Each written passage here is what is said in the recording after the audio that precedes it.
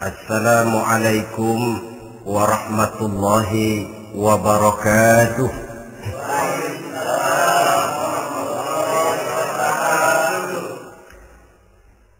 Alhamdulillahi rabbil alamin. Wassalatu wassalamu ala ashrafil anbiya'i wal mursalin, Sayyidina wa maulana Muhammadin wa ala alihi wa ashabihil mujahidin at-tahirin, amma ba'd. Saudara hadirin kaum muslimin rahimakumullah. Dalam kehidupan sehari-hari kita selalu berhadapan dengan dua hal yang berlawanan, dengan dua hal yang kontroversial kata orang sekarang, yang kita diharuskan memilih satu di antara kedua hal itu. Sejak kita bangun tidur sampai kita tidur lagi, selalu kita hadapi dua persoalan itu, yang benar dan yang salah, yang hak dan yang batil, yang pantas dan yang tercela, yang ma'ruf dan yang munkar. Persis seperti sebaik lagu yang lagi ngepop dan banyak dinyanyikan anak sekarang, madu di tangan kananmu katanya, racun di tangan kirimu. Tapi saya pikir-pikir, bagaimanapun kalau cuma sekedar madu di tangan kanan, racun di tangan kiri, adresnya jelas. Yang repot kalau kita sudah tidak tahu lagi mana yang madu, mana yang racun. Lebih celaka lagi di zaman sekarang, banyak racun mereknya madu. Kita terpedaya, kita terpesona, kita terpukau oleh racun yang bermerek madu ini. Kita minum dia, yang akibatnya rawan di dalam kehidupan kita. Sangat banyak racun-racun yang terpancang di sepanjang perjalanan hidup kita ini. Dan dua di antara racun kehidupan itu akan kita bicarakan pada pertemuan kali ini, yakni arak dan judi, minuman keras dan judi.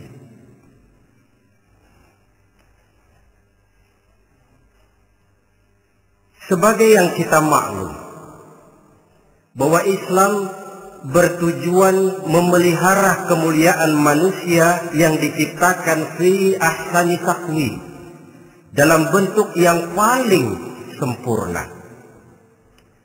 Arak atau minuman keras jelas merupakan hal yang merusak dari berbagai aspek kehidupan. Entah kesehatan tubuh, entah pertumbuhan akal, ketentraman rumah tangga, ketentraman masyarakat, bangsa dan negara. Cobalah sejenak kita adakan penyelidikan. Kalau masuk kita ke dalam penjara, melihat sel-sel di sana, berapa banyak yang mendekam di sel karena urusan minuman keras. Masuk kita ke rumah sakit, berapa banyak yang dirawat akibat minuman keras, akibat stres yang dialaminya. Berapa banyak rumah tangga berantakan, berapa banyak pembunuhan terjadi, pemerkosaan terjadi akibat daripada minuman keras ini. Yang paling ironi kalau dia sudah menyerang anak-anak muda kita. Padahal kita tahu remaja, pemuda adalah bentuk miniatur daripada kehidupan suatu bangsa. Akan bagaimana warna Indonesia 20, 30, 40 tahun yang akan datang, remaja dan pemuda kita jawabannya. Bahkan dari segi agama pun, akan bagaimana warna Islam di Indonesia 20, 30 tahun yang akan datang, remaja itu pula jawabannya.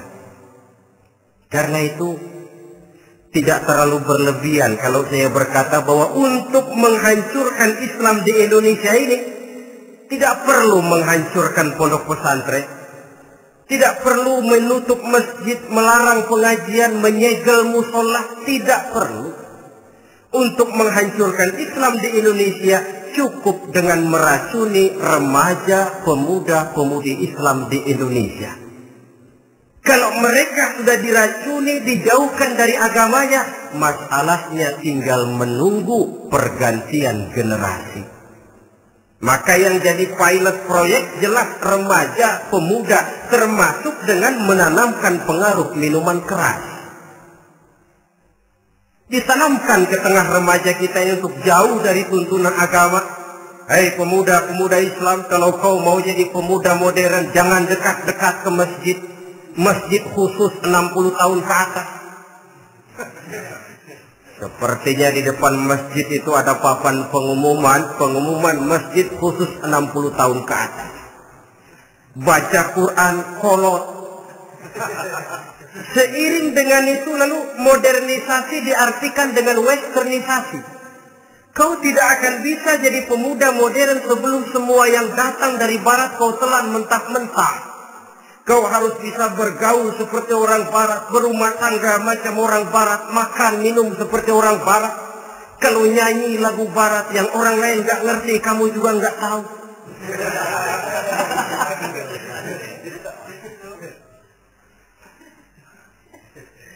Anutlah itu free love yang pada gilirannya akan mengarah kepada free sex alias sammenlipen.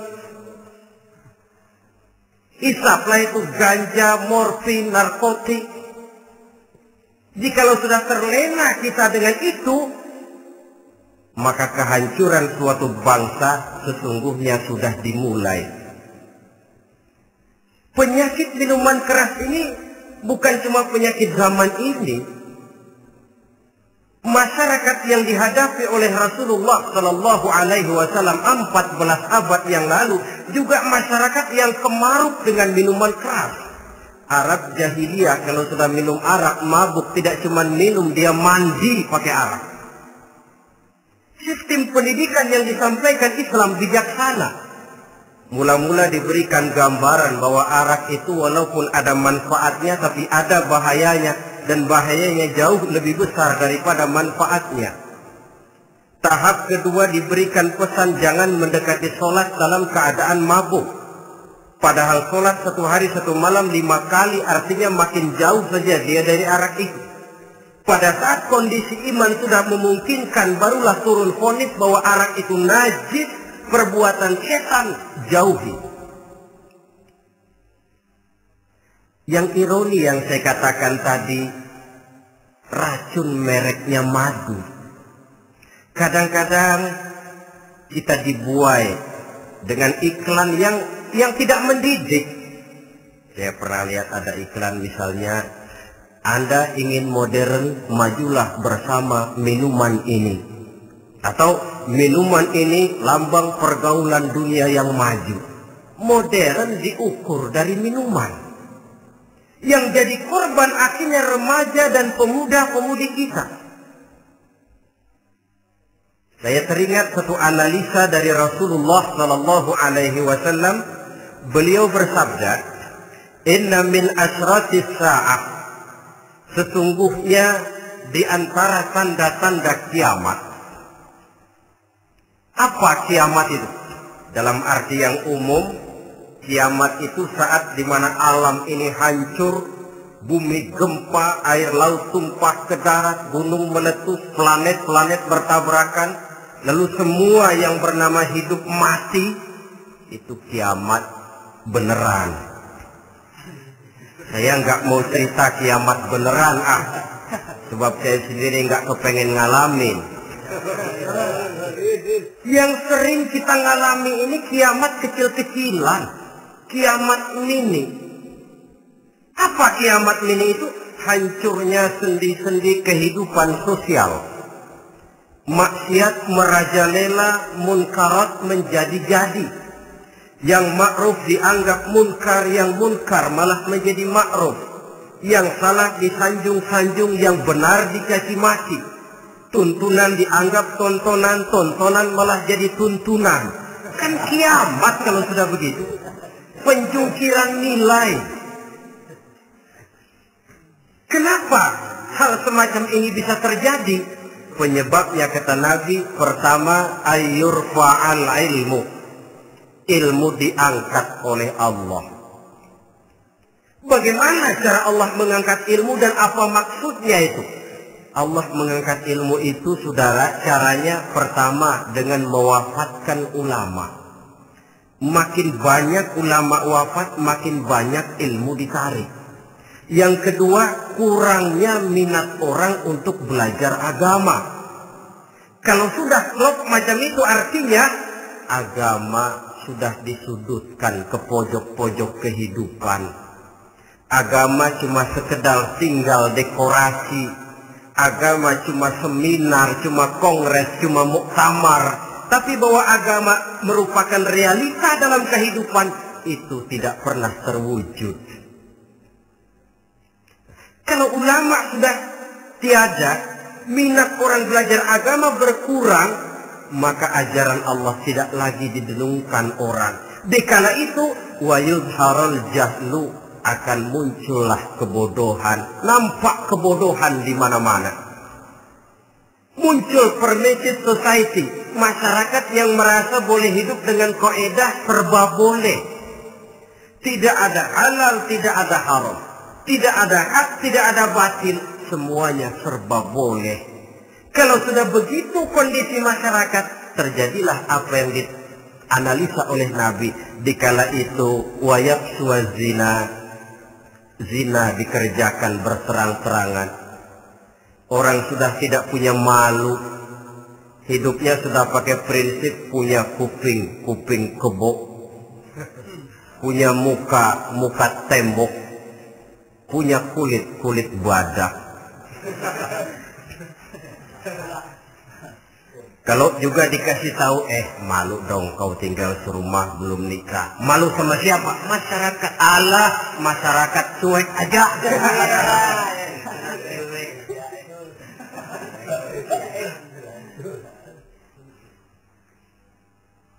Bukankah realita kalau kita ikuti surat-surat kabar, berapa banyak sudah gadis-gadis bergelimpangan jadi korban? Berapa banyak bayi-bayi yang lahir ke alam ini tanpa harus tahu kemana dia mesti manggil bapak. Yang akhirnya mengalami keterakisan, dimasukkan ke dalam kantong plastik, dibuang ke tempat sampah. Kalau itu sudah terwujud, muncul efek negatif yang kedua. Wa yushrabal khamr, arak, minuman keras jadi kebanggaan. Anak muda belum nyohor kalau belum bisa mabuk. Yang nggak mabuk dianggap kolot. Kampungan loh. Bikin malu baru kena segelas aja udah miring. Cengeng. Temen kita hebat sampai nyungsep di got. Yang nyungsep hebat. Ya, kalau cuma yang hancur kehidupan pribadi. Tapi kalau sudah menyangkut masa depan, yang berarti masa depan suatu generasi adalah merupakan masa depan daripada suatu bangsa. Begitu kerasnya Islam ini melarang minuman keras, sampai bukan cuma sekedar meminumnya saja yang diharamkan, tetapi juga dilarang mengimportnya, memproduksinya, membuka warung yang menjual minuman keras atau bekerja di tempat penjualan minuman keras. Ada juga yang nyerempet-nyerempet, Pak, kalau sedikit kan nggak apa-apa, nggak mabuk ini. Nah, saya ingatkan hadis Nabi diriwayatkan oleh Imam Ahmad, Abu Daud dan Tirmidzi. Nabi bersabda, "Ma askara katsiruhu faqaliluhu haramun." Apa yang banyaknya menyebabkan mabuk, sedikitnya pun tetap haram hukumnya. Memang barangkali mungkin ada manfaatnya, tetapi bahayanya jelas lebih besar ketimbang manfaat yang bisa timbul daripada jenis minuman keras itu sendiri. Dalam hadis lain, Nabi pesankan, "Man kana yu'minu billahi wal yawmil akhir, fala yaq'udu ala ma'idatin taduru 'alaiha al-khamru, siapa yang beriman kepada Allah dan beriman kepada hari akhirat, jangan dia duduk di dalam satu pertemuan yang di dalam pertemuan itu diedarkan minuman keras. Masuk ke dalam lingkungan macam itu saja tidak diperkenankan. Kenapa? Asyariku fi syarri syarrun. Bersekutu dengan kejahatan